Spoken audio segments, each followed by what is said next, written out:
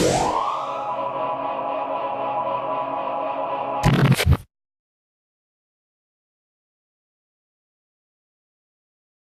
another thing that happens when plants are pruned very frequently, even though they don't need it,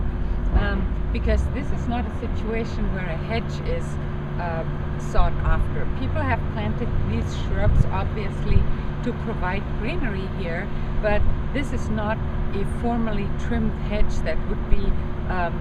something to shield the vision to an adjacent area. So what happens with repeated pruning, that you get a very thin layer of leaves, and as we look into this canopy, you can see that pretty much there is a small tuft of leaves that are concentrated on the outside just below this sheared area. You can also see that a lot of the leaves are, of course, because it has been recently pruned, they are just cut off, and now new leaves have to be initiated. Is being also repeatedly sheared, and here we have an excellent example of how the plant loses the majority of its leaves because of the stress of repeated shearing, and then it ends up pretty much with a very thin layer of leaves at the very top, at the outside of the plant. Also, as the plant expands and is always sheared a little bit further up in order to retain some of the leaves, what will happen is, in order to keep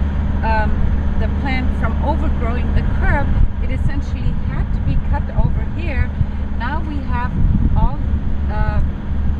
no more leaves left on the side, and we are looking at this really unsightly view of this shrub that, if left alone, will have a very balanced open growth habit, and it would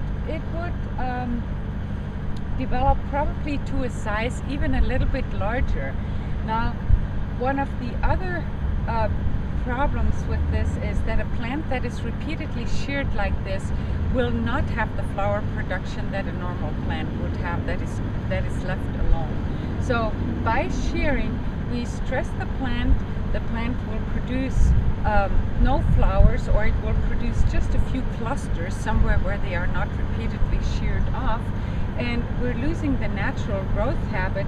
Plus, we have to spend a lot more money and time on the maintenance of the plant that in the end now has become somewhat unsightly.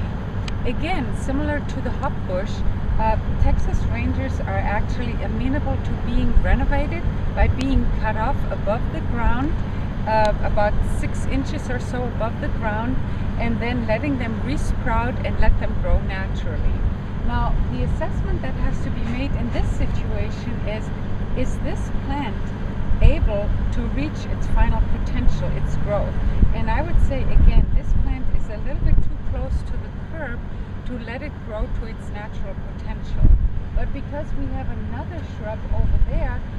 the same one, maybe that one would be able to do it. So the question here is, again, which plant can be accommodated in this space to grow natural to its full potential without spending resources on repeated pruning that are really not amenable and supportive to the health and